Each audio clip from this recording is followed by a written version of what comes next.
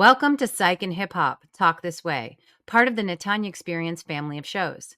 In this show, we explore the powerful intersection of mental health and urban culture. I'm your host, Natanya Wachtel. Today, we have an incredible guest, Jsos.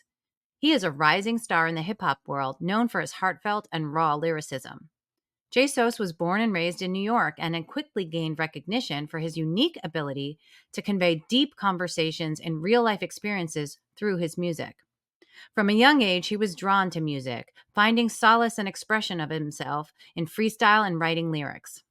His journey was marked both with personal and professional challenges, which have deeply influenced his artistry. His career took off as he began performing in clubs and gained a following for his authentic and relatable storytelling. His music often reflects the struggles of growing up in a tough environment, dealing with financial instability, and making difficult life choices. Despite these challenges, Jsos has remained committed to his craft, using music as a platform to uplift others. In today's episode, we'll delve into Jsos' journey from his early days in the music scene to his rise as a respected artist. We'll explore the impact of his upbringing on his music, the importance of staying true to yourself, and how he balances the pressure of the industry with his personal growth. Join us for a compelling conversation with Jsos as we uncover the layers of experiences and messages he hopes to share with listeners. This episode promises to be an insightful discussion of creativity, struggle, and triumph.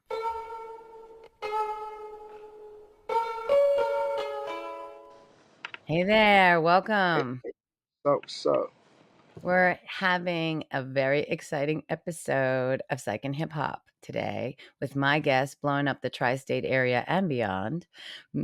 Sos. I want to call you Mr. Sos, formal and everything. so, And we're going to talk about what it's like to come up in the hip hop world and what it's been like for you. And I know that there's been some struggle, which is normal because, everyone has struggle and things they've overcome and things are working through. And thank you so much for being my guest today and being willing to kind of talk about this stuff to break down some barriers and stigma and have other people maybe see themselves in you, in your story, and get some hopeful messages from it and how to pull through.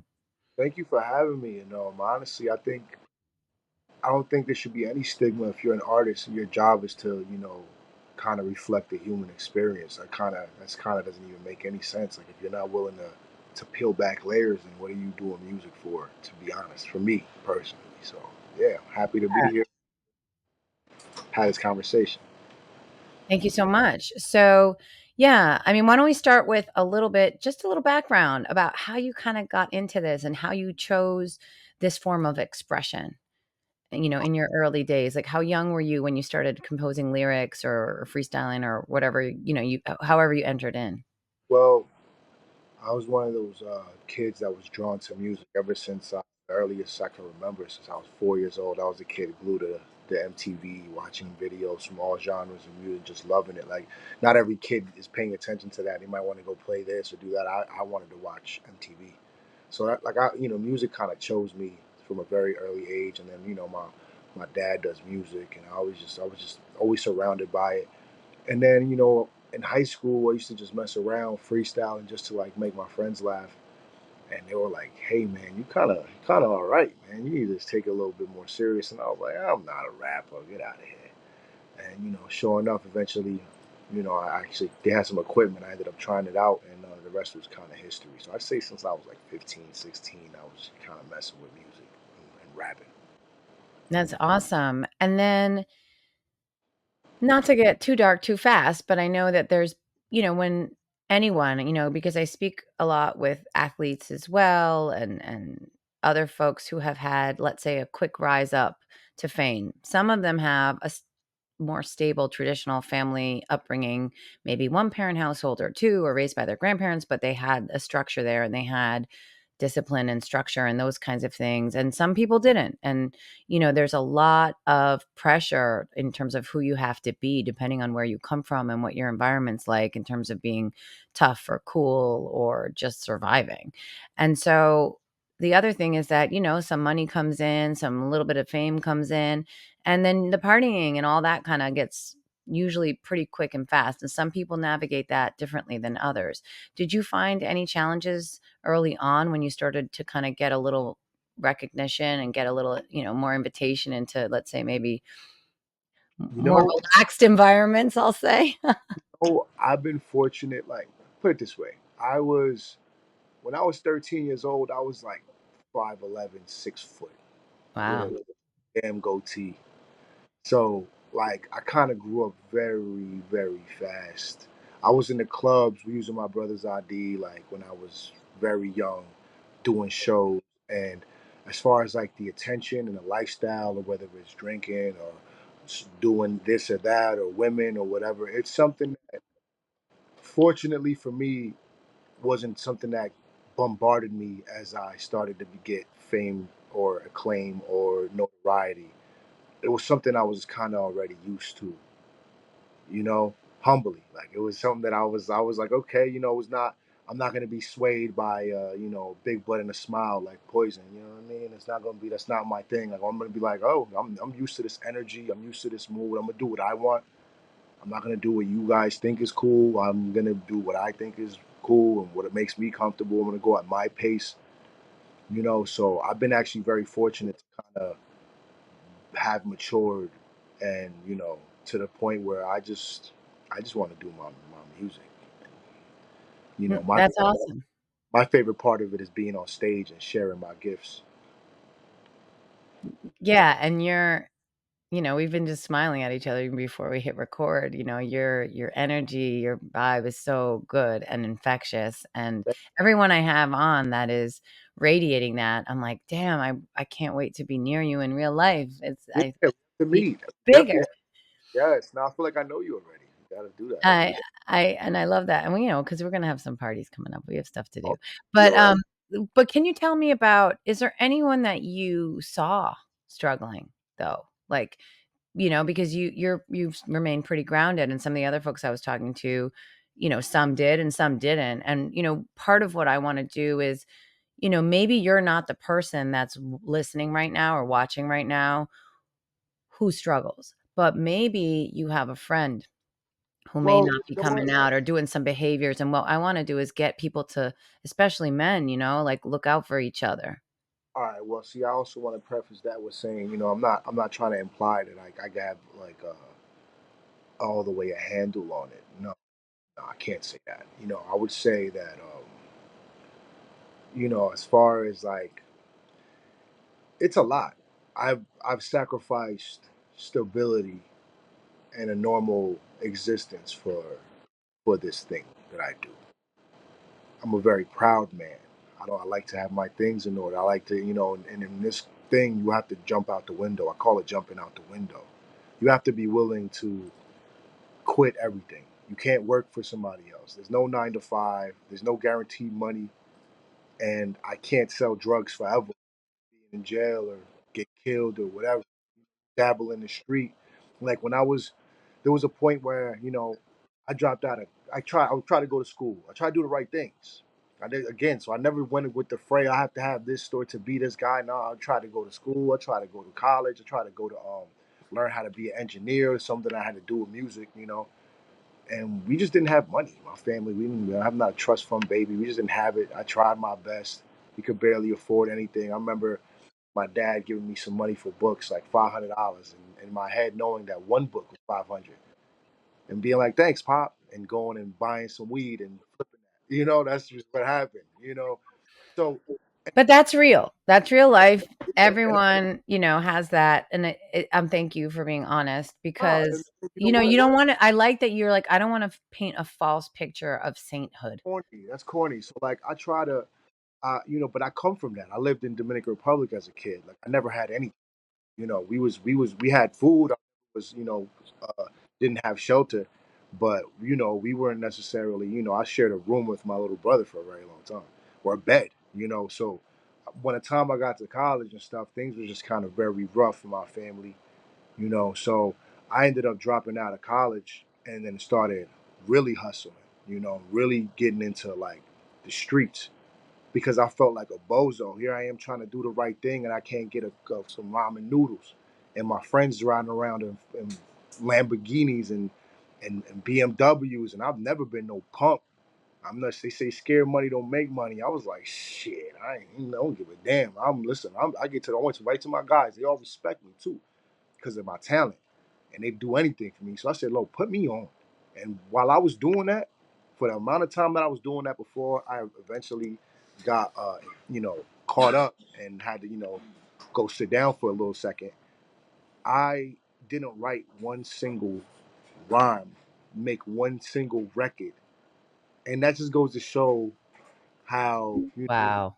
that's not me. That's when I realized when I was sitting in jail, I sat there and I was like, I was like going through my rhymes in my head to like pass the time, and then I had an epiphany. I'm like, bro, you haven't written anything new in a year and some change doing what you've been. So is And this really for money? Is this yeah. really what you're doing right now? No, that's a really big idea that I wanna just, like, pause on for a second, right? So, creative expression is an outlet. It's like it's your flow, it's your energy, right? Like, you write and then you perform, and that's how you stand up, right? That's how you wake up in the morning and say, "Today's the day." Yeah. And you were doing this, but at the same time, you were very hand to mouth, like you said, like, no ramen noodles, that's what people joke about when they're poor, they have ramen noodles, and you're like, "I couldn't even do that, man." And so, how can you choose that uncertainty, jumping out the window life, when there's a life that, yeah, it's dangerous, but it seems like a bit good way to have some fun and have what you need and be cool with the other people in your area and, get respect. And so that's really, really huge because you had to make a really big choice. And the fact that you chose your art at a time when you weren't sure if you would actually be able to live off it, Oh I yeah. have a lot of respect for that. And I think it would be really important to pause and let people really let that sink in what that means. Yeah, yeah. You know what? I don't. I know it's gonna sound crazy, but money. I don't.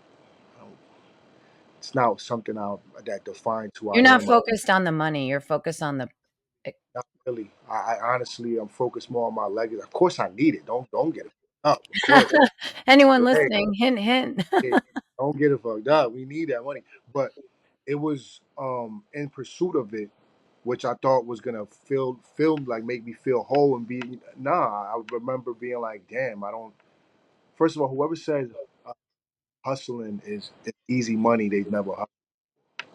It isn't easy money Or at they're all. lying to themselves. Yeah, line. No, it's very hard. It's a job like anything else.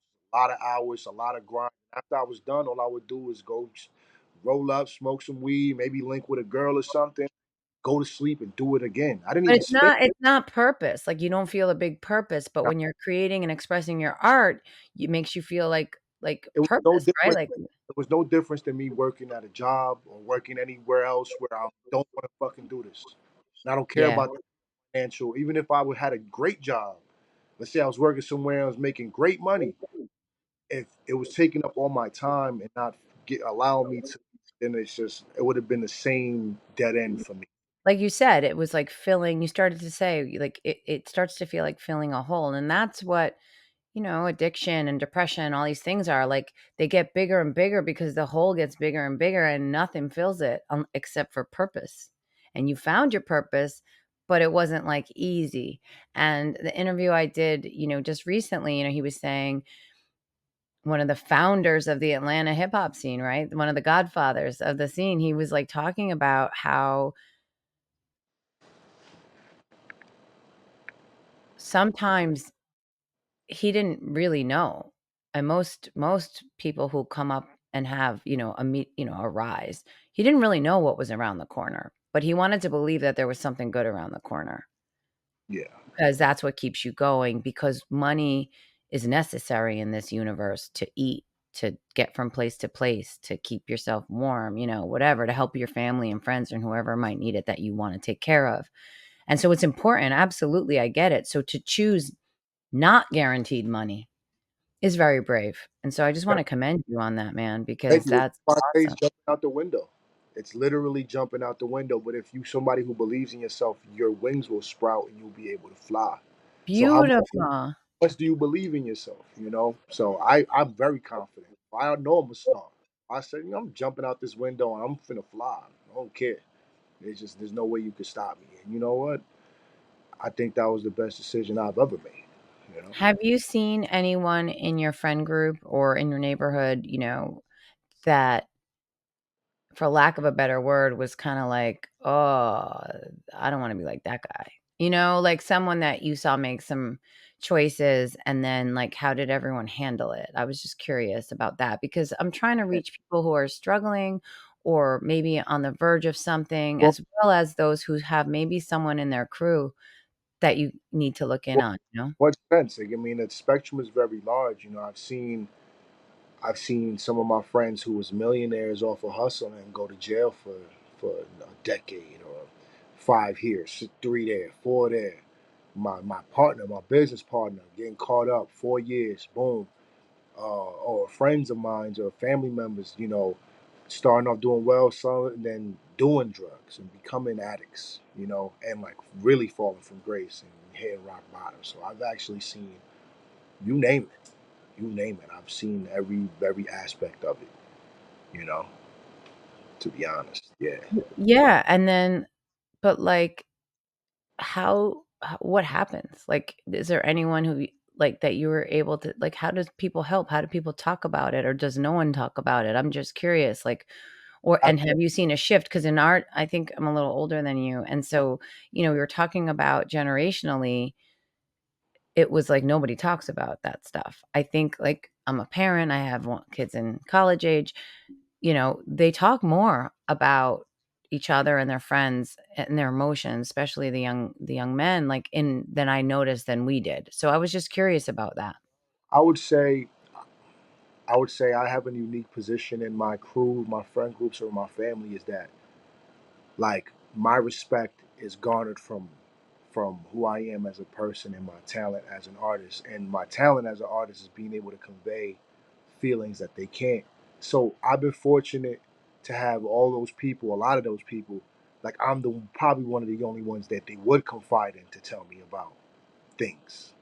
Like my hustler friends or this or whatever. They just they'll come home and they'll just be like, listen, Dad, and they'll really like open up to me and I'm almost like I'm like Dr. Sos, I'm like you to my friends, you know what I mean? A lot of times, and I actually take a lot of pride in being that for them and being their sounding board and giving some advice and giving some perspective to my guys. So no, actually, I'm fortunate to say I have a very, very evolved friend group, even though a lot of them may be rough around the edges, but like through and through, we have no problem talking to each other, expressing love. Yo, I love you, brother. Like nobody's too cool for expression, self-expression in my crew. In fact, if you are, I don't know if I could even be Yeah, you cool. don't know if you can trust that because they're too guarded. Yeah, I can't be. We can't be cool. That's the kind of person. That's what type of time you want. I probably, rock with you like that. No, that's incredible, and that's really awesome, and I just wanna, have people hear this and encourage them to be that person too, because some people need it, some people it's not so easy. Like you said, you're able to express in your music what a lot of other people probably think and feel, and that's why they're drawn, especially, also it sounds good. So with that, it's sort of on the spot, sort of not on the spot, because like I asked you before we recorded, would you be willing to take us out Oh, you want some bars? I see where this with is some going. bars You and know, something uplifting? And I know you have something on the album. You were saying, we had nah. something in mind. I'm gonna give you something off my project because I did my project to kind of go against a counterculture. That's my whole thing. I'm going against the conventional street street rapper, especially in that niche, in the underground niche or in the boom bap niche. It's a lot of just you know braggadocio, a lot of shit that lacks context. You're not really telling me why. Cause I get there too. I do the same bragging. I listen. I'm a terrorist sometimes. Don't get it fucked up. But I like to provide context. So the first joint on my project is called Firstborn, and I wrote this literally a week before my daughter was born. And I think it's something that all men go through. That little self doubt of like, yo, this is happening. So what I say? I said, fuck a simile.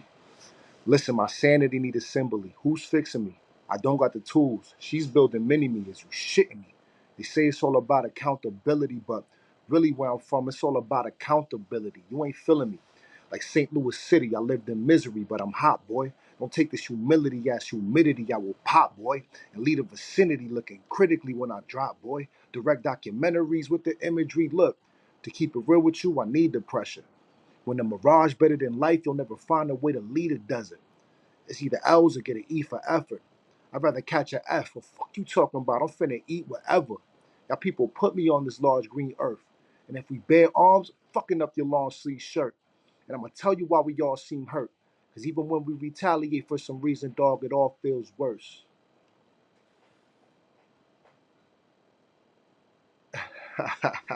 Thank you so much. This is so Like, bro, cool. I love it. I love it. All like, right. Listen, I can't wait to hang in person together. I'm so glad that you're here doing what you do for so many people and make me always look cool by association. So thank you for that. thank you. With Appreciate my you. kids. Listen, I'm looking forward to meeting you for sure. If you need me to FaceTime your kids and let them know how cool you are, I will. Definitely. Yeah, All right, sweetheart. Thank you. You have a beautiful day. for you too. Thanks for having me. Bye. Thank you. At the Natanya Experience, we believe we can all rise above challenges, heal, and shine together. And so we give big thanks to our amazing partners who share our vision of universal health and happiness.